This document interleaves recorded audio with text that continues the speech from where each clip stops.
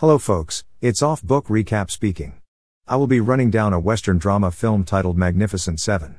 Please be advised that there will be spoilers ahead of this video, so chill out and enjoy it as I narrate it for you. The movie opens up in a Southern American state after the Civil War in 1879. Normalization is taking place and industrialization is booming in America, so folks with the financial muscle decided to invest in natural resource exploitation enterprises across the country. The small town of Rose Creek, seated on a pile of gold, attracts everyone. However, they are being terrorized by land grabber Bartholomew Bogue and his men. The town folks meet in the church to discuss different ways to protect their land and families from Bogue and his hired guns, formerly Confederate soldiers. The meeting gets heated up when some suggest that they should leave this town in order to save their lives, but others object to the suggestion because they don't have anywhere else to go. Emma's and her husband's suggestion is that they should fight him. That instant, Bogue himself enters the church with some of his armed men, and he steps on the altar before everyone else. Bogue informs the elders that the land that makes up this town is worth nothing because he doesn't make any profit from it. So he offers them a deal. He intends to buy their land for $20 per hectare, and the town folks should make up their minds before his return within a 3-week period, otherwise, they'll lose it for free. The hired guns shoot bullets into the church as the people desperately run outside to save their lives. They burn the church down into ashes. Until one man, Emma's husband, stands up, shouts back to Bogue, and asks what kind of man he is to terrorize innocent people on a daily basis because of the land. His wife tells him to stop it because he will be killed. Bogue responds by shooting him dead in front of everyone, and the shootout begins. Many Rose Creek town residents were killed in that commotion by Bogue's men in the middle of the street. Bogue orders the paid sheriff to leave the bodies where they are lying to send out the message loudly to the folks and get a good look at them for the next few days. The scene shifts to Warrant Officer Sam Chisholm riding his horse into another town, but it seems he's unwelcome, according to the way folks look at him. Chisholm enters a saloon and walks to the counter to ask the bartender about an outlaw who goes by the name Daniel Harrison, nicknamed Powder Dan, and who fits the same description as his. The other folks in the saloon draw their weapons on the officer, but Chisholm is too quick with his gun and takes all of the men down. He eventually shoots the bartender at his counter, since he already knows that this is Powder Dan. The warrant officer Chisholm orders the people to fetch the sheriff, and all of them run out of the saloon terrified, except for one guy, a poker master who looks not afraid and goes by the name Faraday. After Chisholm proves to the sheriff that he's a licensed warrant officer and Powder Dan has been an outlaw, he mounts his horse to ride away. Emma immediately approaches him with her associate Teddy Q. She explains her town's bad situation and their desperation in finding the bounty hunter who can help them. Emma and Teddy give Chisholm all the money they have. Initially, he refuses, but when she mentions Bogue's name, Chisholm agrees to help. Faraday is caught up by two gunmen, and they accuse him of cheating them in a poker game. They bring Faraday into the gold mine field to kill him. Thanks to the poker, Faraday distracts them with a card trick to feign coaxing them, which ends with him shooting one of them dead and shooting the remaining associate in the ear before he tells him never to cross his path again.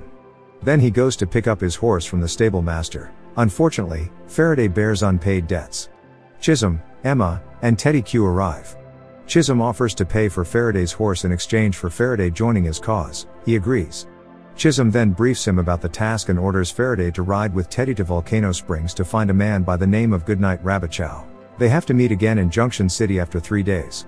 Chisholm and Emma come across a house in the woods with a dead man inside. The room is infested by flies and stench. They find Vasquez, a Mexican outlaw who's hiding in the house. Chisholm is aware of the bounty on Vasquez for the killing of a ranger, but he proposes to him a deal to avoid being captured or killed in exchange for joining his team. Vasquez agrees. Faraday and Teddy arrive at Springs in the middle of a gunfight between Billy Rocks and another man. The opponent believes that Billy didn't fairly win, so he demands to have a real gunfight as the winner walks away with the bet. As both prepare themselves, Billy unties his gun belt, grabs his hairpin, and throws it into the other man's chest to put an end to the fight. Rabbitchow goes around collecting Billy's bet. One man refuses until one calls Rabbitchow's name, then apologizes and fearfully pays double. When the sun has gone down, Faraday and Teddy inform Rabbitchow in the saloon of Chisholm's intentions to hire him for a paid assignment. Rabbitchow has a reputation for being a heck of a sharpshooter. After learning about the paid job, Rabbitchow and Billy agree to join the team. Chisholm reunites with his old friend Rabbitchow and introduces him to Billy Rocks. Then the group searches for a tracker named Horn in the mountains. They come across the Pigeon brothers and ask them about Horn's whereabouts. One brother is struck in the chest with a hatchet, and the other is hit dead using a gun. Chisholm introduces himself to Horn and asks him to join his team, But Horn takes his hatchet and walks away without any response. The team hit the road to Rose Creek Town. However, Horn joined them after tracking them in the valley. Just then, the team encounters a Comanche tribesman named Red Harvest.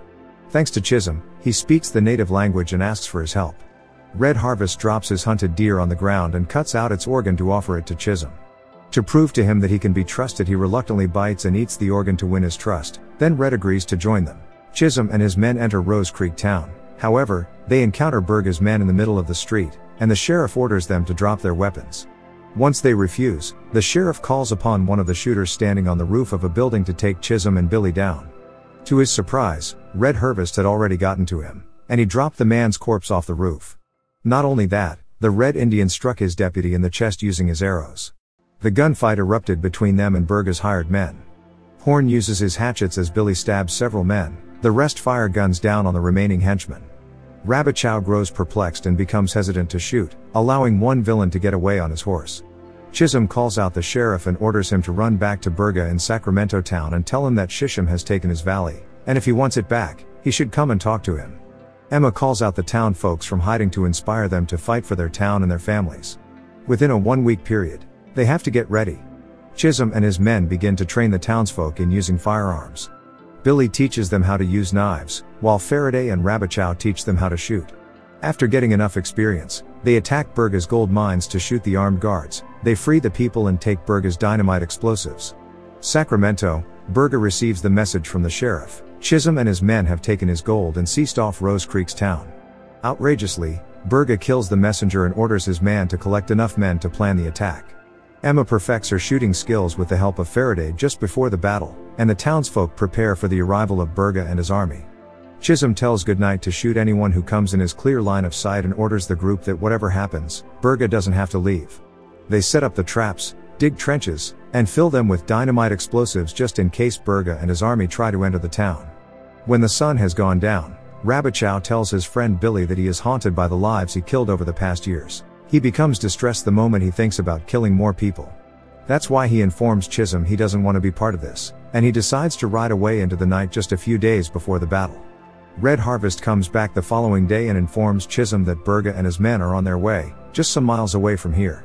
Emma offers herself to take Goodnight's place because she's a good shooter. Once the bell rings, the women and children are evacuated to a safer area. Bogue and a handful of men watch the Rose Creek town from a distance as the rest of the hired men charge in on their horses. A row of pinwheels is arranged in front of them by Horn, who sets off some explosives that blow and knock the hired guns from their horses.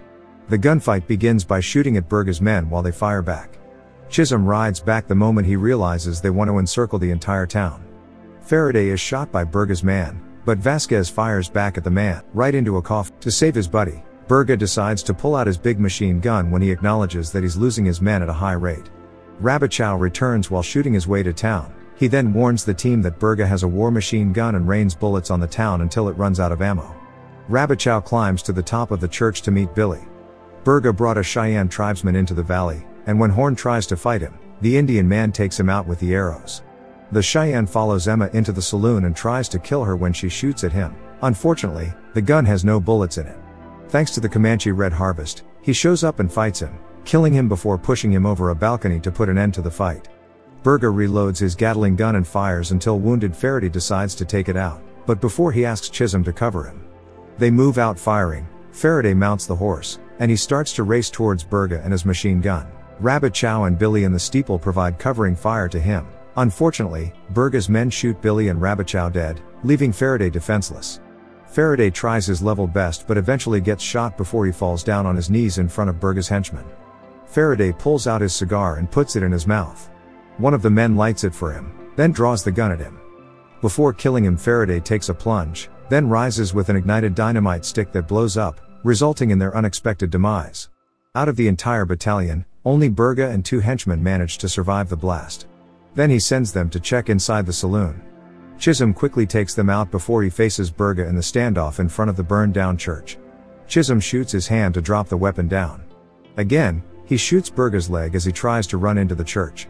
Bogue is given the chance to say his last prayer as Chisholm reminds him of his pillage and violence, including the raping and murdering of his mother and sisters when they raided Chisholm's town. Chisholm strangles him, unaware that Bogue is reaching into his ankle holster to get a gun and shoot Chisholm in the stomach, but Emma shoots Bogue dead to save Chisholm. And finally, she exacted her retribution for the killing of her husband. When the dust has calmed down, the town folks move out of their covers. Regrettably, Chisholm is informed that his men, Faraday, Billy Horn, and Goodnight Rabbit Chow, didn't survive the attack. The movie ends when Chisholm, Vasquez and Red mount their horses to ride out of town. Thanks for watching. Don't forget to subscribe and turn on notifications to watch more of my videos. Have a good day.